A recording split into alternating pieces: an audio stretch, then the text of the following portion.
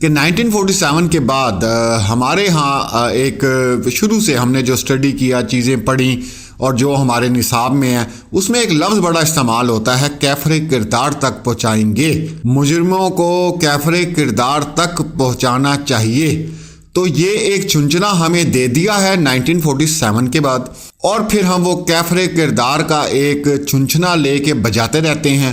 اس میں بہت لوگ کوشش کرتے ہیں، صحافی حضرات ہوتے ہیں اور یوٹیوبرز ہوتے ہیں، بہت سے لوگ ہوتے ہیں، رائٹرز ہوتے ہیں، دانشور ہوتے ہیں، سب لوگ ہوتے ہیں کہ کسی نہ کسی طریقے سے انصاف جو ہے اس کا بول بالا ہو جائے۔ تو وہ ایک چنچنا ہم نے رکھا ہوتا ہے اور وہ ہم بجا رہے ہیں 1947 سے، اور بجاتے رہیں گے، اور پتہ نہیں کہ وہ کیفر کردار تک ہم مجرموں کو کس طرح پہنچائیں گے۔ وہ کون سا دن ہوگا جب ایک طاقتور کو سزا دی جائے گی، جب ایک طاقتور کو لٹکایا جائے گا، لوگوں کے سامنے عبرت کا نشان بنایا جائے گا۔ السلام علیکم ناظرین، میں ہوں کیس علی میر اور آپ دیکھ رہے ہیں اللہ ٹی وی۔ امید کرتا ہوں آپ سب لوگ خیریت سے ہوں گے، دنیا کے جس کونے میں ہوں گے۔ جی ہمیں پتا تھا کہ آج بھی وہی ہوگا جو اتنے عرصے سے ہوتا آ رہا ہے، اور آپ لوگوں کو تو اب یوز ٹو ہو جانا چاہیے، اور بلکہ ہم رپورٹنگ دے دے کے مطلب تھک گئے ہیں، رپورٹ کر کر کے بتا چکے ہیں کہ آج یہ ہونے والا ہے، یہ ہونے والا ہے۔ آپ نے دیکھا ہوگا کہ ہم نے بھی خاموشی اختیار کر لی ہے، کیونکہ ہم زیادہ سے زیادہ اطلاع دینے کے، رپورٹ کرنے کے علاوہ کیا کر سکتے ہیں، مجبور ہے نا۔ اسی طرح ہر پاکستانی جیسے مجبور ہے، اسی طرح ہم لوگ بھی جو اس کو رپورٹ کر رہے ہیں وہ بھی مجبور ہیں۔ ہم بھی مایوس ہوتے ہیں، ویسے ہی مایوس ہوتے ہیں جیسے والدین مایوس ہوتے ہیں۔ پورا پاکستان جو ہے اس کیس کے ساتھ جو انوالو ہے وہ سب مایوس ہوتے ہیں۔ تو اتنے بڑی مطلب پریشانی کی بات نہیں ہے۔ اس کی وجہ یہ ہے کہ 1947 کے بعد ہمارے ہاں ایک شروع سے ہم نے جو اسٹڈی کیا، چیزیں پڑھی اور جو ہمارے نصاب میں ہے، اس میں ایک لفظ بڑا استعمال ہوتا ہے، کیفر کردار تک پہنچائیں گے، مجرموں کو کیفر کردار تک پہنچانا چاہیے۔ تو یہ ایک چنچنا ہمیں دے دیا ہے 1947 کے بعد، اور پھر ہم وہ کیفر کردار کا ایک چنچنا لے کے بجاتے رہتے ہیں۔ اس میں بہت لوگ کوشش کرتے ہیں، صحافی حضرات ہوتے ہیں اور یوٹیوبرز ہوتے ہیں، بہت سے لوگ ہوتے ہیں، رائٹرز ہوتے ہیں، دانشور ہوتے ہیں، سب لوگ ہوتے ہیں کہ کسی نہ کسی طریقے سے انصاف جو ہے اس کا بول بالا ہو جائے۔ تو وہ ایک چنچنا ہم نے رکھا ہوتا ہے اور وہ ہم بجا رہے ہیں 1947 سے، اور بجاتے رہیں گے، اور پتہ نہیں کہ وہ کیفر کردار تک ہم مجرموں کو کس طرح پہنچائیں گے۔ وہ کون سا دن ہوگا جب ایک طاقتور کو سزا دی جائے گی، جب ایک طاقتور کو لٹکایا جائے گا، لوگوں کے سامنے عبرت کا نشان بنایا جائے گا۔ ہم بھی وہ دن دیکھنا چاہتے ہیں۔ فیض احمد فیض تو بیچارے مر گئے، ہم دیکھیں گے، لازم ہے کہ ہم بھی دیکھیں گے۔ تو وہ تو بغیر دیکھے چلے گئے، تو انہیں کہا شاید پاکستان کی جو عوام ہے وہ دیکھ لے، سب تاج اچھالے جائیں گے، سب تخت گرائے جائیں گے، تو وہ دیکھیں گے۔ وہ بیچارے اپنی حسرت لے کے دل میں چلے گئے، حبیب جالب چلے گئے، بہت سے ایسے رائٹر ہیں جو یہ نظام بدلنا چاہتے تھے، لیکن سب چلے گئے، لیکن نظام چینج نہیں ہوا۔ اور بڑی جلدی یہ ہم نے پکڑ لیا جی، اب یہ کارروائی شروع ہو گئی ہے۔ اس کے بعد کیا ہوتا ہے کسی کو کچھ پتہ نہیں ہوتا، کیونکہ سب لوگ جانتے ہیں، جو اعلیٰ عہدوں پہ لوگ بیٹھے ان کو پتہ ہے ان کا شور ہے 1 مہینے کا ہوگا، 15 دن کا ہوگا، اس کے بعد سارے خاموش ہو کے بیٹھ جائیں گے۔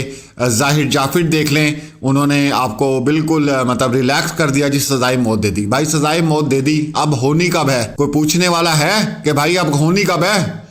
میں نے ایک رپورٹ پیش کی تھی اور اس کے مطابق میں نے آپ کو بتایا تھا کہ اس کو بھی 10 سال لگ سکتے ہیں، اس کی سزائے موت کو۔ اس کے پاس اتنے چانسز ہیں اپنے آپ کو سیو کرنے کے۔ اس کے بعد آپ یہ سارا انعام والا قتل کیس ہے، آپ دیکھ لیں، چنچنا پکڑا دیا ہے کیفر کردار۔ اب دیکھتے ہیں بھائی کیفر کردار تک کب پہنچیں گے اور کب ان کو سزائیں ملنی ہیں۔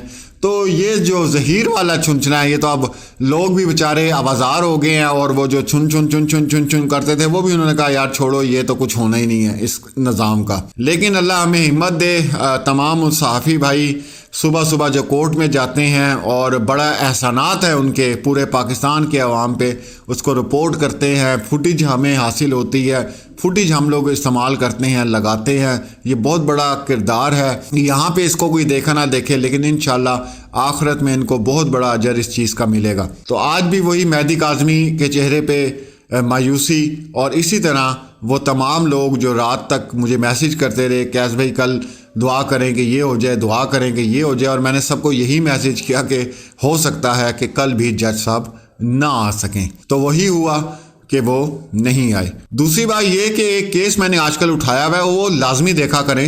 اس کیس کو میں نے ریلیٹ کیا ہے ظہیر کیس کے ساتھ، کہ اگر یہی جرم، یہی گناہ دوسرے کسی ملک میں کیا جاتا تو اس کے نتائج کیا ہوتے، اور کتنے گھنٹوں میں نتائج اس کے جو ہیں آپ کے سامنے آئے ہیں۔ اس لیے میں اس کیس کو زیادہ اٹھا رہا ہوں کہ شاید لوگوں کو یہ عقل آ جائے کہ خدا کے بندو انصاف یہ ہوتا ہے اور ایسے کیا جاتا ہے۔ اس ویڈیو میں جو سب سے زبردست بات ہے وہ یہ ہے کہ وہ چیخیں مار مار کے لڑکا کہہ رہا ہے کہ خدا کا واسطہ پولیس کو نہ بلانا، خدا کا واسطہ مجھے جیل نہ بھیجنا، خدا کا واسطہ مجھے عدالت میں حاضر نہ کرنا، کیونکہ اس کو پتہ ہے کہ یہ پاکستان نہیں ہے، یہ انگلینڈ ہے۔ یہاں پہ ہم صرف نام کے ہمارے ہم مسلمان ہیں، کلمہ پڑھتے ہیں، سجدے کرتے ہیں، لیکن ہمارے دلوں کے جو حال ہیں وہ اللہ جانتا ہے، اور ہم ڈرتے بھی نہیں کیونکہ ہمارے دل پتھر کے ہو چکے ہیں، مورے لگ چکی ہیں ہمارے دلوں پر، ہمیں کچھ بھی نہیں ہوتا، ہمیں کسی کی تکلیف میں ہے نا کوئی تکلیف نہیں ہوتی۔ بحیثیت انسان ہم سب کو اس سسٹم پر شرم کرنی چاہیے، اپنا سر جھکا لینا چاہیے۔ یہاں کسی پاکستانی سے ملے آپ بات نہیں کر سکتے ہیں، بات سیاست پہ بات کر لیں آپ کے پھڑکچے اڑا کر رکھ دے گا، کسی فرقے پہ بات کر رہے ہیں آپ کے اتنے یہ سمجھدار ہیں، اور ان کے ساتھ جو ہو رہا ہے وہ بالکل صحیح ہو رہا ہے۔ بہت دکھ ہوتا ہے، بہت تکلیف ہوتی ہے، اور اس لیے کہ ہم نے پوری زندگی ہم لوگ باہر رہے ہیں، میں جاپان میں رہا ہوں، ساؤتھ کوریا میں رہا ہوں، دوسرے اور ممالک ہیں، وہاں ہم لوگ سسٹم دیکھتے تھے، ہم کہتے تھے یار پاکستان میں لوگ کس طرح جانوروں کی طرح زندگی گزارے ہیں، کوئی عزت نہیں ہے یہاں پہ کسی سٹیزن کی، کوئی لا کسی قسم کا کیا ہے یہاں پر، مجھے آپ یہ بتا دیں کون سا طاقتور ہے جس کو سزا دی گئی ہے، عبرت کا نشان بنایا گیا ہو، کوئی ایک بتا دیں کیسے چل رہے ہیں، چل رہے ہیں، چل رہے ہیں، چل رہے ہیں، لوگ مر جاتے ہیں۔ میں نام نہیں لینا چاہتا، بہت بڑے بڑے نام ہیں، بہت بڑے بڑے لوگ ہیں جن پہ کیسز ہیں، لیکن نتائج کیا ہیں کوئی پوچھنے والا نہیں ہے۔ جیلوں میں جائیں، وہاں آپ کو پتہ کون لوگ ملیں گے جیلوں میں، کیونکہ میں نے رپورٹنگ کی ہوئی ہے، وہ لوگ ہیں جن کے پاس بیل کے پیسے نہیں ہیں، جن کے پاس اتنا خرچہ پانی نہیں ہے کہ 2 وقت کی روٹی کھا سکیں، جیل وہ بھری ہوئی ہے، سزائیں ان لوگوں کو ملی ہوئی ہیں کیونکہ ان کے پاس آپشن ہی نہیں ہے کہ اپنے آپ کو کسی نہ کسی حوالے سے بچا سکیں، نہ ان کا کوئی وکیل ہے، نہ کوئی کیس لڑنے والا ہے، کیونکہ پیسہ لگتا ہے اور ساری پیسے کی گیم ہے۔ تو جس کے پاس نہیں ہے وہ جیل میں ہے بھائی۔ تو غریب جو ہے نا وہ بھرے پڑے ہیں جیلوں میں، امیر آدمی کو ہاتھ کوئی نہیں لگا سکتا، اور باقی کیفر کردار کا چھنچنا بچتا رہے گا اور دنیا دیکھتی رہے گی اور تاریخ لکھی جائے گی، اور انشاءاللہ میری بددعا ہے اور ساتھ دعا بھی ہے کہ آنے والے دور میں وہ نظام ہو پاکستان کا کہ یہ جتنا نظام تھا، یہ جتنے لوگ تھے جنہوں نے پاکستان کو کھایا اور پاکستان کو پوری دنیا میں بدنام کیا، خدا کی قسم ان لوگوں کو یہ لوگ گالیاں دیں گے، یہ میں بددعا بھی دے رہا ہوں اور پاکستان کو دعا دے رہا ہوں۔ انشاءاللہ ملتے ہیں اگلی ویڈیو میں، اللہ حافظ۔ میں رونا نہیں چاہتی مگر مجھ سے برداشت نہیں ہوتا، میری بڑی بیٹی ہے اور وہ خود اس نے میرے ساتھ ایسی باتیں کی ہیں، مما میں اپنے گھر کے لیے ترس رہی ہوں اور بہت تکلیف ہوتی ہے، بس دعا کریں کہ بس جلد سے جلد یہ معاملہ ختم ہو، میری بچی تو دے دے نا، کیس تو چلتے رہیں گے، میری بیٹی بس مجھے واپس دے دے۔ چائلڈ پروٹیکشن جائیں گے اور اپنی بیٹی کو لے کے جائیں گے، اور وہاں پہ میں مٹھائی لے کے جاؤں گی، اور جو اس نے اپنی فرینڈس کے لیے چیزیں مانگی تھیں پیزا وغیرہ کہ میں نے ان کو اپنی طرف سے دے کے جانا ہے کھانے کے لیے، تو وہ سب کچھ ہم نے لے کے جانا تھا۔ اور یقین کریں میری چھوٹی بیٹی گھر میں بیٹھی ہوئی اس کا ویٹ کر رہی ہے، تو میرے گھر میں سب ویٹ کر رہے ہیں اس کے آنے کے لیے، اس کے لیے پلان کر رہے تھے کہ کیا کیا ہم لوگوں نے اس کے لیے کرنا ہے، تو بہت تکلیف ہوتی ہے. یقین کریں یہاں پہ آ کے مطلب جو لوگ اغوا کرتے ہیں وہ ایسی وہ آزاد کر رہے ہیں، سکون سے ہیں، سکون سے سوتے ہیں، سکون سے اٹھتے ہیں. ہم لوگ اتنے مہینوں سے اذیت میں ہیں، میری بچی تکلیف میں ہے اور اس کا کوئی حساب کتاب نہیں ہے. اور وہ آتے ہیں اور ڈیٹ لیتے ہیں اور چلے جاتے ہیں. آج بھی بڑے مزے سے کہے تھے لمبی لمبی ڈیٹیں دیں. تو بس میں یہی بولوں گی کہ جج صاحب صرف یہ سوچیں کہ ان کی یہ مکار لوگ ہیں، اغوا کار ہیں، اور ان کے تو کوئی حق ہی نہیں بنتا کہ یہ آ کے ڈیٹ لیں یا کچھ بھی بولیں. ان کا تو کوئی حق نہیں بنتا.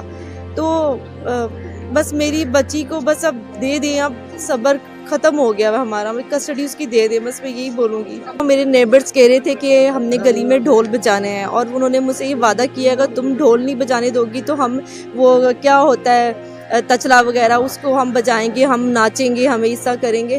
میں آپ کو میرے گلی کے بچے جو ہے نا، یقین کریں وہ دعائیں کرتی، چھوٹی چھوٹی بچیاں سوتے ہوئے کہتی ہیں ہم اللہ سے دعا کر کے سوتے.